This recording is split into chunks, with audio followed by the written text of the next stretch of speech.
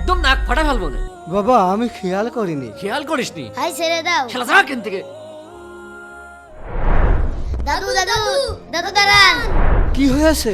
আপনার তো দেখে মনে হয় আপনি একজন 5 ওয়াক্ত নামাজি ব্যক্তি। তাহলে আমার ভাইকে বদদুয়া দিলেন কেন? কি বলো? আমি কখন বদদুয়া দিলাম? আপনি যদি বদদুয়া না দেন তাহলে আমার ভাইয়ের এত বড় বিপদ কিভাবে হলো? কি বিপদ হয়েছে? আসেন এদিকে আসেন, দিকে যান।